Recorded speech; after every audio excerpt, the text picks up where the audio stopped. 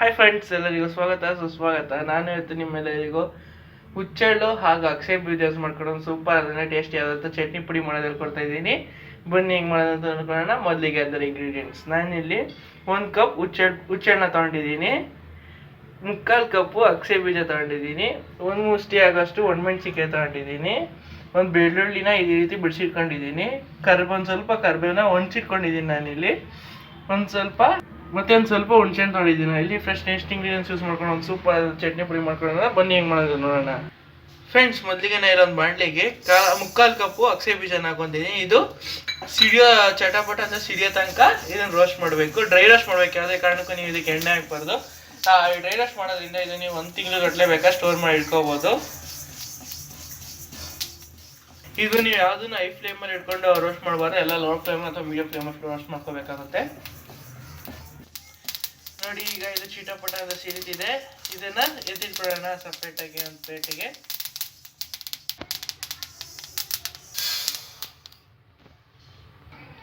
Next ನಾನೀಗ ಅದೇ ಬಾಣಲೆಗೆ 1 cup ಆಗೋಷ್ಟು ಹುಚ್ಚೆಣ್ಣು ಹಾಕೊಂಡು ಇದನ್ನು ಅಷ್ಟೇ ಪಟ ಅಂತ ಸಿಡಿಯೋದಾಗ ರೋಸ್ಟ್ ಮಾಡ್ಕೋಬೇಕು. ಡ್ರೈ ರೋಸ್ಟೇ ಮಾಡಿ, ಯಾವುದೇ ಕಾರಣಕ್ಕೂ ಎಣ್ಣೆ ಹಾಕೋಬಾರ್ದು.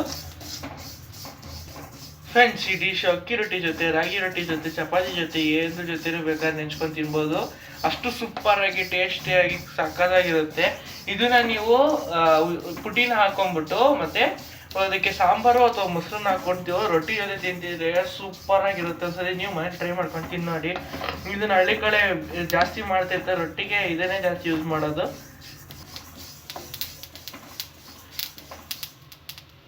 ಈಗ ಇದು ಪಟ ಅಂತ ಸಿಡಿದು ರೆಡಿ ಆಗಿದೆ. ಇದನ್ನು ಕೂಡ ಅದೇ ತಟ್ಟೆಗೆ ಎತ್ತಿಕೊಳ್ಳೋಣ. ನೆಕ್ಸ್ಟ್ ನಾನು ಇದಕ್ಕೆ ಒಣಮೆಣ್ಸಿಕಾಯಿನ ಹಾಕೊಂತ ಇದ್ದೀನಿ. ಹಾಕೊಂಡು ಇದು ಸ್ವಲ್ಪ ಗಟ್ಟಿ ಆಗೋ ತನಕ ರೋಸ್ಟ್ ಮಾಡ್ಕೋಬೇಕು. ಇದನ್ನ ಸ್ವಲ್ಪ ಗರಿ ಬರೋ ತನಕ ಇದೇ ರೀತಿ ಡ್ರೈ ರೋಸ್ಟ್ ಮಾಡ್ಕೊಳ್ಳೋಣ. ಈಗ ಇದು ರೆಡಿ ಆಗಿದೆ. ಇದನ್ನ ಎತ್ತಿಕೊಂತ ಇದ್ದೀನಿ ಸಪ್ರೇಟ್ ಅದೇ ತಟ್ಟೆಗೆ. ನೆಕ್ಸ್ಟ್ ನಾನೀಗ ಇದಕ್ಕೆ ಬೆಳ್ಳುಳ್ಳಿನ ಹಾಕೊಂತ ಇದ್ದೀನಿ. ಇದು ಸ್ವಲ್ಪ ಕೆಂಪಗಾಗಿ ಸೀಯೋ ತನಕ ರೋಸ್ಟ್ ಮಾಡ್ಕೋಬೇಕು. ಇದನ್ನ ಡ್ರೈ ರೋಸ್ಟ್ ಮಾಡ್ಕೋಬೇಕು. ನೀವೆಲ್ಲಾನು ಇದನ್ನ ಡ್ರೈ ರೋಸ್ಟ್ ಮಾಡಿ ಇಟ್ಕೊಂಡಿರೋದ್ರಿಂದ 1 ತಿಂಗಳು ಗಟ್ಟಲೆ ಇಟ್ಕೋ. ಎಣ್ಣೆ ರೋಸ್ಟ್ ಮಾಡಿದ್ರೆ ಜಾಸ್ತಿ ದಿನ ಇರಲ್ಲ. ಅದಕ್ಕೆ ಆದಷ್ಟು ಡ್ರೈ ರೋಸ್ಟೇ ಮಾಡಿ ಎಲ್ಲರೂ. ಈಗ ಬೆಳ್ಳುಳ್ಳಿ ರೋಸ್ಟ್ ಆಗಿ ರೆಡಿಯಾಗಿದೆ ನೋಡಿ. ಈ ರೀತಿ ಇದು ರೋಸ್ಟ್ ಆದರೆ ಸಾಕು. ಈ ರೀತಿ ಸಿಹಿಯೋಂಗೆ ಈಗ ಎತ್ತಿಟ್ಕೊಳ್ಳೋಣ ಅದೇ ತಟ್ಟೆಗೆ. ಇದನ್ನು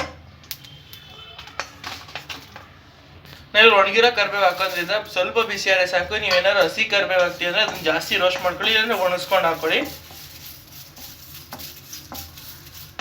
ಈಗ ಇದು ರೆಡಿಯಾಗಿದೆ. ಎತ್ತಿಕೊಳ್ಳೋಣ.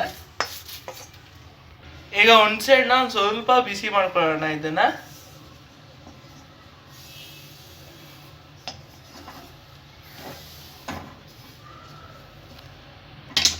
ಈಗ ಇದು ರೆಡಿಯಾಗಿದೆ. ಎತ್ತಿಕೊಳ್ಳೋಣ ಸಪ್ರೇಟಾಗಿ. ಈಗ ಇದನ್ನ ಚೆನ್ನಾಗಿ ಕ್ಲೀನಾಗಿ ಎಲ್ಲ ಹೊಂದ್ಕೊಡೋ ರೀತಿ ಮಿಕ್ಸ್ ಮಾಡ್ಕೊಳ್ಳೋಣ.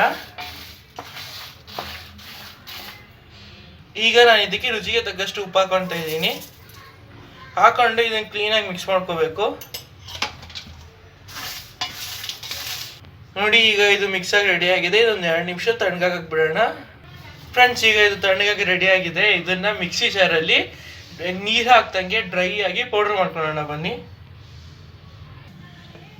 ಫ್ರೆಂಡ್ಸ್, ಈಗ ಹುಚ್ಚೆಳ್ಳು ಪುಡಿ ರೆಡಿಯಾಗಿದೆ. ಹುಚ್ಚೆಳ್ಳು ಅಕ್ಷಯ ಬೀಜ ಚಟ್ನಿ ಪುಡಿ ರೆಡಿಯಾಗಿದೆ. ಇದು ಸ್ವಲ್ಪ ಬಿಸಿ ಇರೋದ್ರಿಂದ ನೀವು ಇದನ್ನ ಸ್ವಲ್ಪ ತಣ್ಣಗಾಗಕ್ಕೆ ಬಿಟ್ಬಿಟ್ಟು ಏರ್ ಟೈಟ್ ಕಂಟೈನರ್ ಸ್ಟೋರ್ ಮಾಡಿ ಇಟ್ಕೊಂಡ್ರೆ 1 ತಿಂಗಳು ಅಥವಾ 1 ತಿಂಗಳು ಮೇಲೆ ಇಟ್ಕೋಬೋದು. ಜಾಸ್ತಿ ದಿನ ಇಟ್ಕೊಳಕ್ಕಾಗಲ್ಲ.